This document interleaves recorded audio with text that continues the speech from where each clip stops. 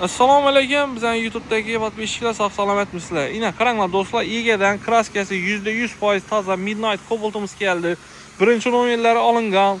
Petno, qirchilgan, durdilgan, qiyshiq-mishik yo'q. 4 dana bosh balon va premium kачествоda Falcon degan balonlar toza qo'yilgan. Mashinamiz Ege'dan %100 tayyor turibdi mashinamiz. Yurgan kilometrlari 4687 ni yuribdi. Mashinamizda kardinal chexollari bor. Yankar poliklari bor. Salon acayip sosteniyada. Obshipkalarga laminatsiya qilingan do'stlar. Mashina Ege'dan. Narxi 160 million so'm aytilib turibdi. 160 million so'mdan kelishib beriladi. Chexollari acayip sosteniyada do'stlar. Kraskasi %100 toza mashinamiz. %100%. Opparib liboy yerlar opparib tekshirib ko'rib olasizlar do'stlar. Mashinamiz Ege'dan zakonniy narxda kelishib qaytib beriladi. Bir yerinden petnosi yo'q. Bahası 160 million so'm do'stlar.